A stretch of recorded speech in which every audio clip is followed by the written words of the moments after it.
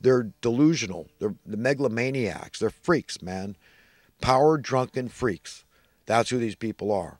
I'm sorry, that's their behavior. See, I sound condemning and arrogant and self righteous. You see, I mean, I'm struggling. I'm honestly struggling in front of the whole world with reconciling God's will and how I need to think to be right with God and consistent so I don't end up with these people.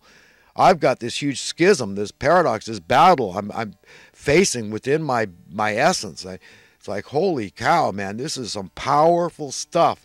Love is the most powerful force in the universe. And these people don't want you laying that genuine love stuff on them. But that's what it's about. It's about representing God properly, reflecting Him, and trying to allure them in. It's about attracting them, okay, coaxing them in, like that scared animal that you're trying to get a hold of. And that's what has to be done. You got to get close to your enemy. And that's not always fun.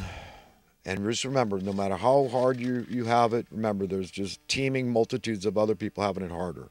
I know that's not particularly comforting, but at least it helps you to say, be sober-minded and say, God, help me. Because, you know, I got all these issues, and you know it, I'm laying out. But I don't want to feel so sorry for myself and sit on my pity pot so hard and so long that I forget your other children out there that are having a much harder time than me. You know, but I was talking about Star Island, real estate prices. I mean, heroes, they vaunt these people, you know, like they're heroes. All these people that made a lot of money, successful athlete or successful actress and actors and whatever it is, famous celebrity persons, comedians, whatever you have. And it's like their jobs are important. What are you talking about, Harvey, Charlie? Why are you vaunting these people?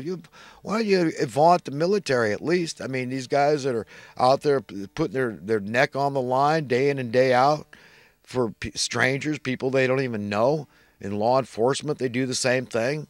You know, vaunt somebody. Why don't you, you know, get some highway patrolmen out there that's saving lives on the highways every day. Vaunt them. Now, are they going to still be able to afford to buy houses on Star Island? Charles, Harvey, where are you guys coming? Are you trying to educate the public, or are you just trying to make a lot of money? You think that's all cute and fun? What's Harvey Levin worth? You know, what's making him happy? You know, like it's written in Scripture, make sure the light within you, this joy that bubbles up, that's infectious and contagious. Make sure the light within you is not actually darkness, because human beings have a distinct propensity toward that happening. We can all fall madly in love with money and be totally unaware, not even know it. Be so deluded in our darkness, have the darkness have so roundly overcome us that the light, we think that joy that comes out, is actually darkness. It's actually Satan's hold on us, demonic hold. And you got to make sure everybody's got to, you know, I can't be responsible for anybody else's soul out there. I can just say, hey, it's easy to be evil and not know it. I can tell you that with 100% certainty. And that alone should get everybody on their toes and say, God help me. Am I right with you? What is written? Well, use worldly wealth to win friends so that you'll be welcomed into eternal dwellings. You understand? For a reason. That's what's supposed to happen. That's what you should be preaching and telling all the rich out there. Get rid of it, man. It's a hot potato. Lord's returning. The Lord's coming back. What do the Jews believe? They believe in all this stuff too. They believe their own personal Messiah is coming, right? That's Judaism. But, of course, Christians and Muslims believe Jesus Christ is returning again.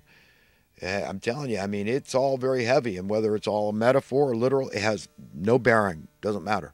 Be ready for either. It's all a simulation, remember. But God's will, know this much, is going to be established on earth. The evildoers are going down. They're going to be weeded out of God's garden. No ifs, ands, or buts. No equivocation about that. That's a matter of fact. Okay, that's the way it is. He is the top gangsta, okay? And, you know, this is how it's going to be. You hear? You see? And it's coming, and I'm everybody's friend. That's it. That's my prerogative, as it is yours. So nobody can say that I'm mean or malicious and unforgiving and not merciful and compassionate. And I'm too self-righteous and arrogant. No, I'm really struggling with. I confess, I admit, but I know I've got to do everything I can with the tact that God will bestow on me if I accept it, to reach the evildoers and convince them to jump ship. Okay, don't wait for other evildoers ahead of you or behind you. You yourself, okay, and everybody's got to reach somebody. I'm just a drop in a bucket, but like a spark, it can ignite an entire forest of fire, so it all spreads. The chain reaction, a ripple effect. And we all have a duty to, carry this cross to some degree in the name of caring about our fellow human beings, loving our fellow human beings, following the 2 commandments Christ gave us. All right, I'm on to some current events and other talking points. But, I talk about teaching ethics in school, and I really mean that. I don't think this is an accidental oversight here. This is they don't, this idea, it's a cop-out to say expect the parents to do that. What gives anybody any basis to think the parents have any understanding of ethics? Why follow the laws? I mean, it's all arbitrary and capricious. Just do it. It's an authoritarian thing, but there's no understanding. It's all ignorance and confusion out there, and the laws are always in flux, constantly changing. We all know that. So what are they based on? Morality, ethics. And it is the job of teachers, K through 12 and beyond, to teach this stuff to people. I mean, our freedom is at stake, for God's sake, our most cherished value as Americans. But yet, the schools, we don't have to, that's separation of church and state. What the hell does ethics have to do? Who said it's right and wrong? It's the laws of the freaking land, man.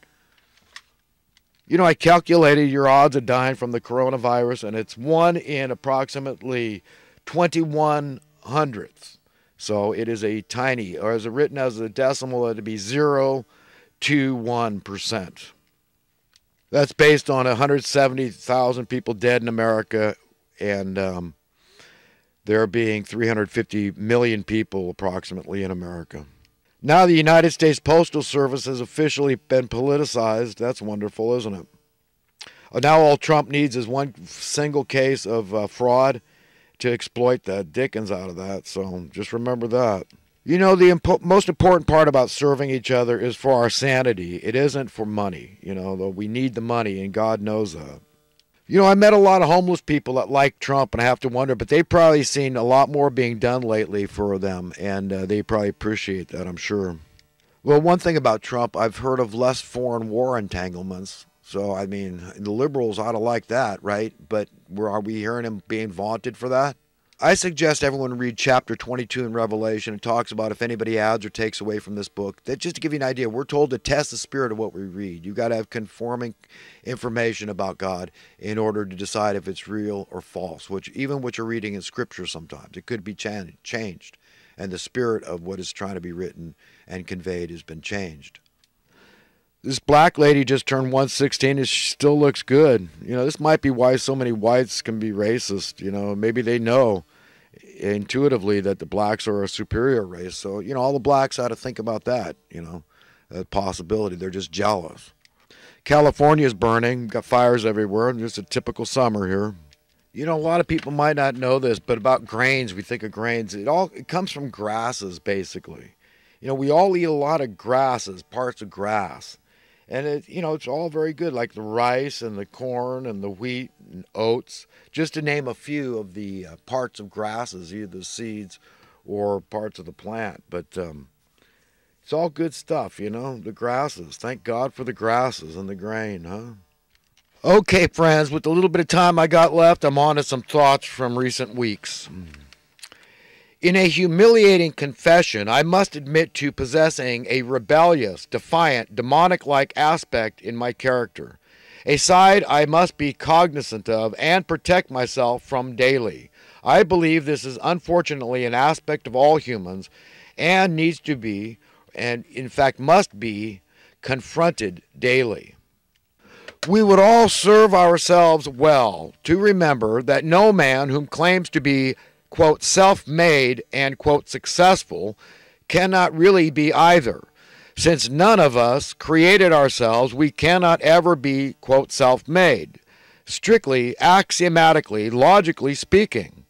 And for the relevance of the term successful, the proper definition belongs to our only rightful owner, the Creator God Almighty. We fundamentally must acknowledge the only viable reality, and that is rightfully dictated from on high. There are worldly definitions for words, and there are godly ones. Well, friends, I got to leave it there. Listen, Find somebody to bless and feel those blessings come upon you. It's all interactive. What goes around comes around. And when we have goodwill toward men, and all men, remember, loving your enemy sincerely, genuinely, and for good reason. Okay, because God said so. I mean, it's important so that we're not evil. We must follow these commandments and love our enemy. So listen, I love everyone. I wish the best for everybody. There's no shortage of best because we're all individuals. And beauty is in the eye of the beholder. So best everybody. Have a great day and have a great eternity. And hopefully I'll get a chance to talk to you again.